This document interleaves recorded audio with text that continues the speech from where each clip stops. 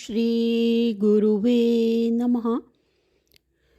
श्रुतिस्मृतिपुराणानाम् आलयं करुणालयं नमामि भगवत्पादं शङ्करं लोकशङ्करं। शङ्करं शङ्कराचार्यं केशवं बादरायणं सूत्रभाष्यकृतो वन्दे भगवन्तो पुनः पुनः।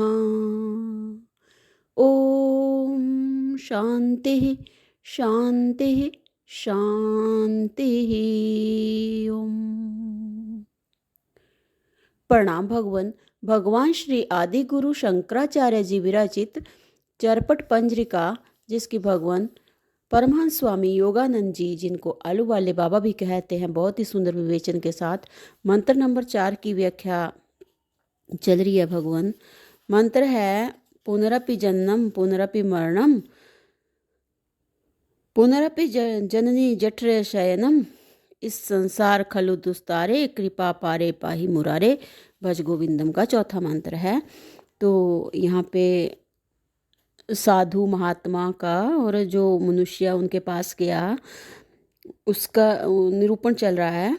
तो अब जो मनुष्य गया उसके आग्रह पर जो है वो साधु महात्मा जो है अपना वृत्त सुना रहे हैं कि साधु महात्मा बोला, यदि तेरा आग्रह ही है तो मैं अपना वृत्तांत तुझसे कहता हूँ, सुन। एक समय मैं बड़े शहर में रहता था। मेरे पास धन और जन पुष्कल थे, प्रतिष्ठा भी पर्याप्त थी। एक समय यकायक बड़ी भारी आंधी चली, अंधेरा गुप्त हो गया, कुछ दिखाई नहीं देता था। हवा के झपाटे से मैं अपने स्थान से उठा। मेरा माल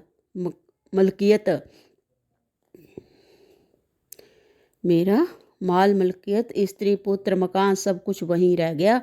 हवा की ऐसी थपेड़ लगी कि अभी तक मेरे स्मरण में से जाती नहीं है।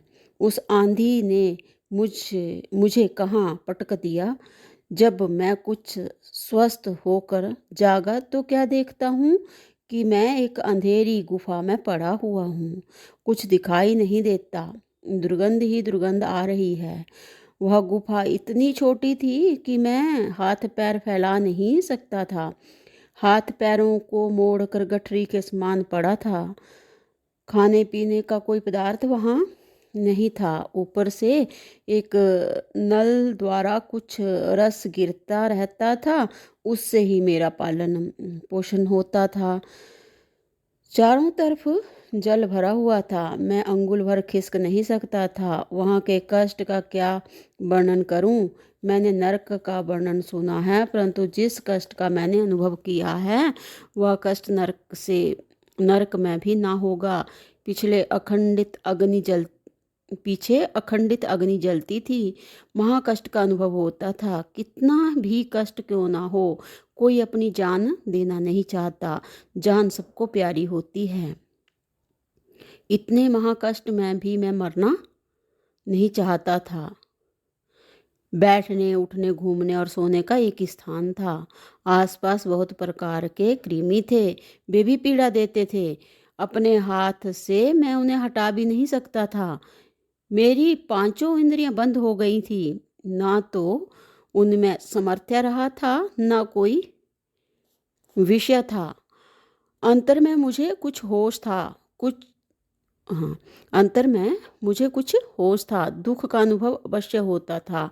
हाय देव, यह क्या हुआ? यह कौन से पाप का फल है? ऐसा सोचकर दुख हो बारंबार ईश्वर से प्रार्थना करता था, हे दीन बंधो, शरणागत के रक्षा करने वाले, मुझे इस दुखमय स्थान से बाहर निकालिए। बाहर निकलकर मैं आपका भजन करूंगा।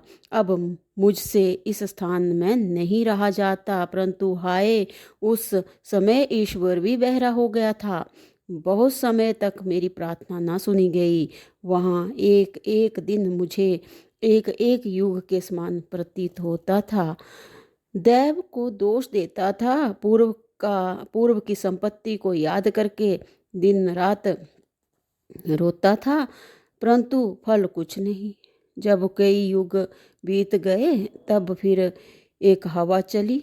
इस हवा ने गुफा के जेल में खलबली मचाई। गुफा का द्वार खुल गया और मैं बाहर आकर गिर पड़ा। इस समय भी मुझे बहुत कष्ट हुआ।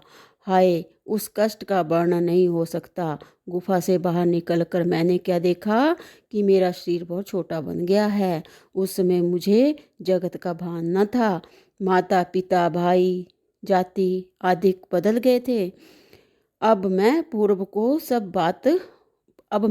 की सब बात भूलने लगा और नई नई स्मृति अपने भीतर भरने लगा। मुझको वह सब दृश्य आज भी ज्यों का त्यों प्रत्यक्ष ही रहा। मुझको यह स्मृति जो रही वह योग का प्रभाव ही होना चाहिए। क्रमशः मैं बड़ा हुआ, साधुओं का संग करने लगा। घर बार को मैंने छोड़ दिया। एक संत ने मुझको तत्वोपदेश दिया। मैंने तत्व जान लिया तो भी मैंने मलिन गुफा में जो कष्ट भोगा था उससे डरता ही रहा। मैंने अपने गुरु से गुफा के विषय में पूछा तो उन्होंने कहा कि वह गुफा गर्भवास की गुफा थी। यदि तुझे अब उस गुफा में जाना ना हो तो एकांत में पहाड़ के ऊपर संसार से अलग ब्रह्मरंधन रूप गुफा में निवास कर। तब से मैंने अपना स्थान उस पहाड़ के ऊपर नियत किया है। हवा जल और फल फूल जो इस स्थान पर हैं उनसे मैं अपना निर्वाह करता हूँ और आत्म भाव में संतुष्ट रहता हूँ। मैंने अपना मुख्य सिद्धांत यही निश्चय किया है कि बुद्धि रूपी गुहा में कार्य कारण से विलक्षण सत्य परम जो अद्वितीय ब्रह्म है, जो परम ब्रह्म पुरुष जो पुरुष ब्रह्म रूप से उस गुहा में रहता है।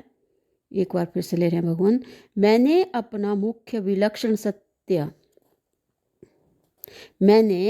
मुख्य सिद्धांत यही निश्चय किया है कि बुद्धि रूपी गुहा में कार्य कारण से विलक्षण सत्य परम जो अद्वितीय ब्रह्म है, जो पुरुष ब्रह्म रूप से उस गुहा में रहता है, उसको फिर से माता के उदर रूप गुहा में कभी भी प्रवेश करना नहीं पड़ता। हे सज्जन, तूने पूछा था सो कहा, और जो कुछ पूछने की इच्छा हो सो पूछ। मनुष्य बोला, आप पूर्ण संत हैं, अब यह बताइए कि मुझे क्या करना चाहिए। तो साधु ने कहा, तुम श्रद्धालु हो, सत्संगी हो, आत्मभाव में टिके बिना शांति नहीं होगी। प्रपंच से तुझे अवश्य हटना पड़ेगा। यदि तुझ में सामर्थ्य हो तो प्रपंच में रहते हुए प्रपंच के भाव से हट नहीं तो वो महात्मा कहते हैं कि यदि तुझ में सामर्थ्य हो तो प्रपंच में रहते हुए प्रपंच के भाव से हट, नहीं तो मेरे समान प्रपंच को छोड़कर एकांत स्थान में टिक कर बुद्धि रूप गुहा में आत्म समाधि कर। वह पुरुष वहाँ ही रहा और बुद्धि रूप गुहा में टिक कर माता के उदर रूप गुहा में प्रवेश करने से हमेशा के लिए मुक्त हुआ। तो साधु ने जिस गुफा का वर्णन किया था वह माता का उदर रूप गुहा है। जब उसमें अत्यंत तिरस्कार होता है तब ही ज्ञान मार्ग में आ सकता है और पर ब्रह्म में स्थित होकर बारंबार जन्मने मरने और बारंबार माता के उदर में पड़ने से छूट सकता है। इसके सिवाय अन्य कोई उपाय नहीं है। संसार महाकठिन है, समुद्र के समान अथाह है, उसमें से उद्धार होना अत्यंत कठिन है। इसलिए शंकराचार्य जी उद्धार के निमित्त साथ साथ ईश्वर स्मरण भी करते हुए कहते हैं कि हे मुरारे प्रभु, दया करके इस संसार से मेरा उद्धार करो। अथवा आचार्य कठिन संसार में से अज्ञानियों का उद्धार करने को हरि से प्रार्थना करते हैं, ऐसी कल्पना भी कर सकते हैं। अथवा आचार्य कठिन संसार में से अज्ञानियों का उद्धार करने को हरि से प्रार्थना करते हैं, ऐसी कल्पना भी करते हैं। तो इससे आगे भगवान अगले सत्संग से कंटिन्यू करते हैं। प्रणाम भगवान। ओम शांति शांति शांति। ओम।